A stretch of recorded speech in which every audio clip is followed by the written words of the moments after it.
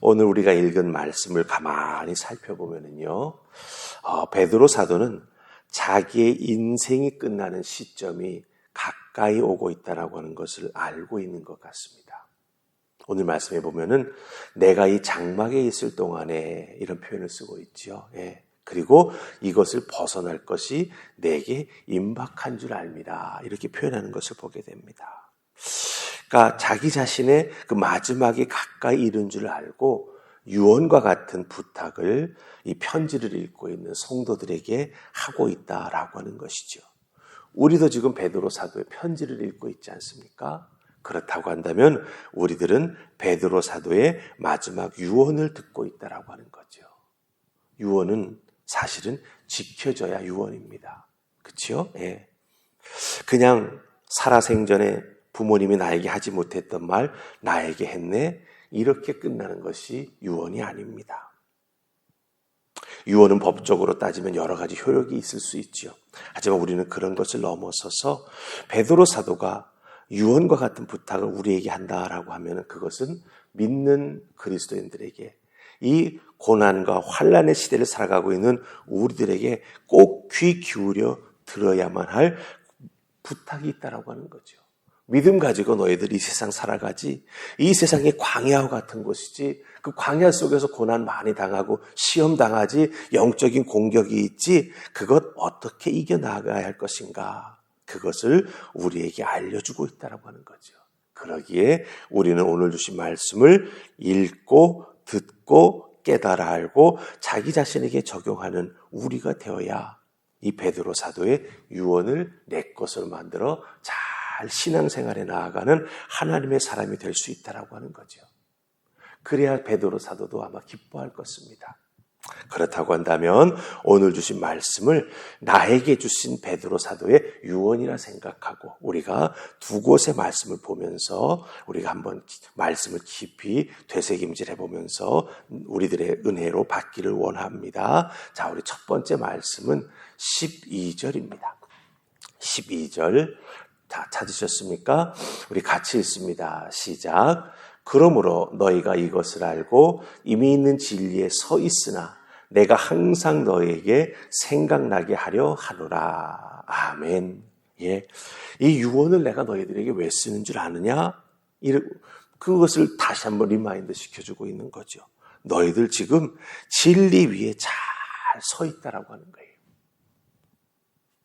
그러나 지금 서 있는 것으로 만족하면 안 된다라고 하는 거죠. 지금 서 있지만 내일 어떻게 될지 모르는 것이죠. 지금 서 있지만 서 있는 나를 향해서 사탄은 분명히 공격해올 준비를 하고 있다라고 하는 거죠. 그러기에 지금 서 있는 것으로만 만족하는 우리가 되어서는 안 된다라고 하는 것입니다. 언제나 어떤 상황 속에서도 진리 위에 서 있을 수 있도록 베드로 사도는 우리에게 뭐라고 말합니까? 진리가 너희에게 항상 생각나게 내가 너희들을 도와주겠다, 만들어주겠다라고 말하는 것을 보게 됩니다. 이 생각나게 한다라고 하는 말이 무엇이 되겠습니까? 어떤 상황, 어떤 조건 속에서도 이 예수 그리스도의 복음과 예수 그리스도께서 가르쳐 주셨던 그 진리가 내 속에서 샘솟듯이 솟아나면서 다시 한번 깨달아 알고 그 위기의 순간을 넘어갈 수 있도록 말씀의 능력이 나타날 수 있도록 우리를 도와주겠다라고 베드로 사도가 말하고 있다라고 하는 것이죠. 사실 말씀은 말씀으로서의 능력이 있습니다. 그렇기 때문에 우리가 말씀을 받고 말씀을 곱씹어보며 기억하며 나의 것으로 적용해 나아가기 위해 우리들의 마음판에 이 말씀을 잘 새겨놓게 되면 말씀은 언젠가 우리들의 인생의 위기 속에 혹은 우리가 이것을 해야 되나 저것을 해야 되나 제대로 판단하지 못해서 우왕좌왕할 때 분명한 결정의 근거, 우리가 나아가야 될 믿음의 방향을 알려주게 된다고 하는 것이죠. 그렇기 때문에 우리는 말씀을 잘 붙잡아야 되고 말씀 속에 담긴 예수님의 마음, 사도들의 마음을 우리가 깨달아 하는 믿음의 사람이 되어야 한다라고 하는 것입니다. 특별히 우리 믿는 자들은요, 이 세상에서 믿음을 가지고 살아가는 과정 중에 여러 가지 환난을 겪게 됩니다. 환난을 겪어 나아가면서 자기 자신의 신앙이 어디가 부족한지, 그래도 어떤 면은 좀 강한 측면이 있는지를 깨달아 알고 부족한 것은 채우고 강한 것은 더 강할 수 있도록 만들어 나아가야 됩니다. 그 만들어 나아가는 과정을 우리는 성화의 과정이다라고 말합니다. 예수님을 닮아 나아가는 과정이죠. 예수님을 닮아 나아가는 과정 속에서 말씀은 우리에게 결정적인 역할을 합니다.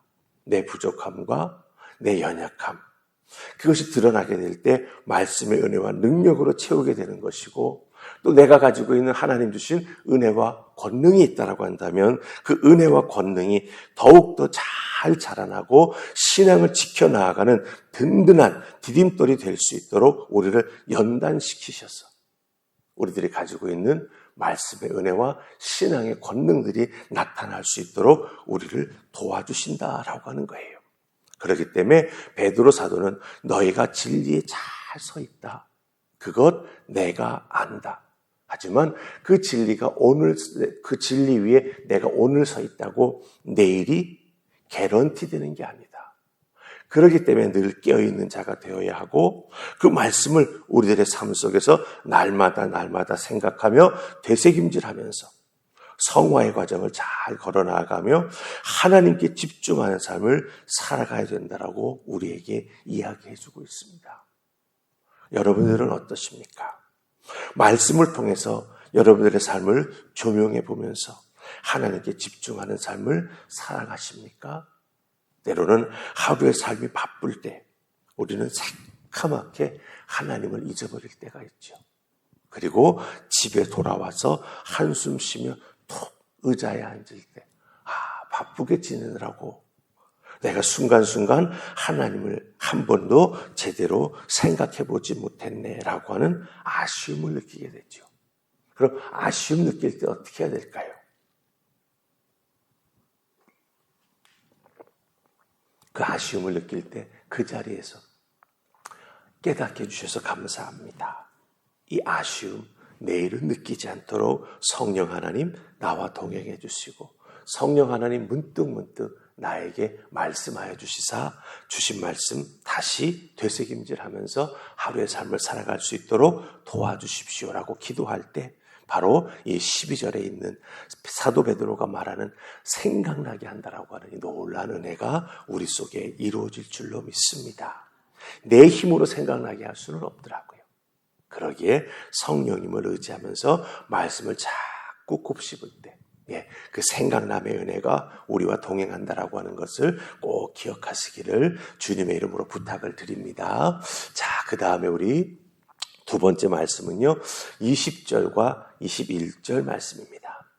우리 다 찾으셨습니까? 함께 읽습니다. 시작. 먼저 알 것은 성경의 모든 예언은 사사로이 풀 것이 아니니 예언은 언제든지 사람의 뜻으로 낸 것이 아니요 오직 성령의 감동하심을 받은 사람들이 하나님께 받아 말한 것임이니라. 아멘.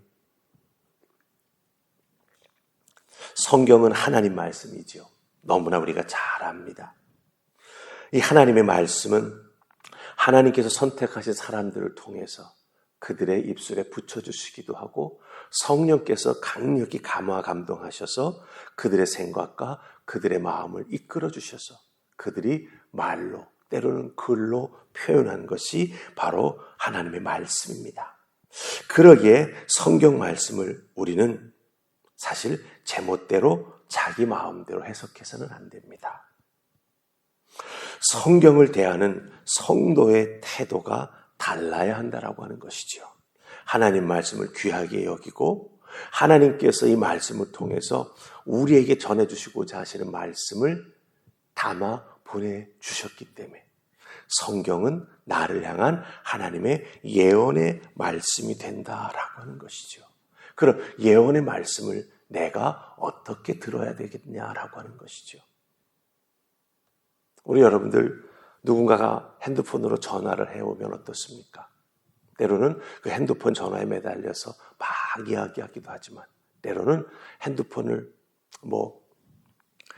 스피커폰으로 해놓든지 아니면 이어폰을 통해서 함께 듣든지 때로는 대화를 하면서 통화를 하면서 손으로는 자기 일을 할 때가 있어요. 그렇죠? 전화는 그렇게 할 수 있을지 모르지만 하나님의 말씀을 듣는다, 하나님의 말씀을 내가 읽는다, 내가 하나님 말씀의 의미를 깨달아 알기를 소망한다라고 할 때는 그런 자세로 해서는 말씀이 읽어지지도 않고 깨우쳐지지도 않고 내 것으로 적용되지도 않는다라고 하는 거예요. 말씀에 오롯이 집중해 나아갈 때, 그때야 우리는 들을 수 있고 깨달아 알 수 있고 적용해 나아갈 수 있다라고 하는 거죠. 그렇기 때문에 20절에서 베드로 사도는 뭐라고 말합니까? 사사로이 풀 것이 아니다라고 말합니다. 이 사사로이 풀 것이 아니다라고 하는 것은 하나님 말씀 앞에 전심전력해야 된다라고 하는 거예요. 머릿속으로는 딴 것 행해 나아가면서 생각해 나아가면서 눈으로 읽어내려간다. 말씀이 내게 들어오지도 않고요. 또 하나 말씀이 나를 읽는 그런 신비한 역사도 나타나지 않는다라고 하는 거예요. 그렇기 때문에 말씀 앞에 우리는 순수해야 되고 말씀 앞에 집중해 나아가는 우리가 되어야 사사로이 풀어나가는 실수를 우리가 하지 않게 된다라고 하는 것입니다. 신앙생활은 말씀을 붙잡고 말씀을 나침판 삼아서 떠나는 모험과 같습니다. 그렇기 때문에 말씀이 내 옆에 늘 꼭 있어야 되는 거죠. 길을 향해 나아가는데 눈으로만 바라보고 나아간다? 눈은 착각할 때가 참 많습니다. 그렇기 때문에 말씀을 나침판 삼아서 말씀을 바라보면서 내가 가고 있는 방향이 맞는 것인지 수시로 확인하면서 나아가야 된다고 하는 거예요.